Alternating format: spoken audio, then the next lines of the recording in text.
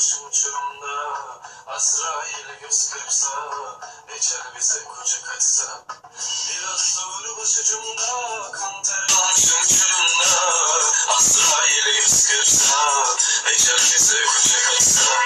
Sabah gecenin üstünden, üstüne düştüm üstünden. Üstüne düştük küskünler, gece küskünler.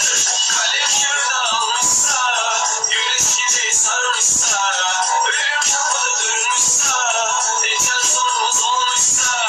Gece gölgenin altına bak, bir de dön kaderin altına bak ya. Senin düşlerin anlayacak da dön memleketin haline bak.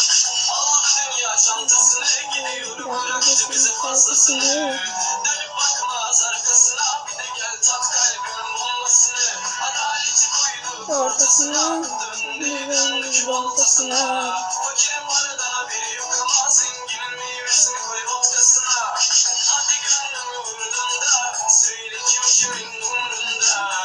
Yılan yatıyor koynunda, bir küçük kındır boynundan. Biraz doğru başucumda, kan ter kalmışım uçurumda.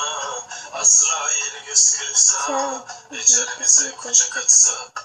Biraz doğru başucumda, kan ter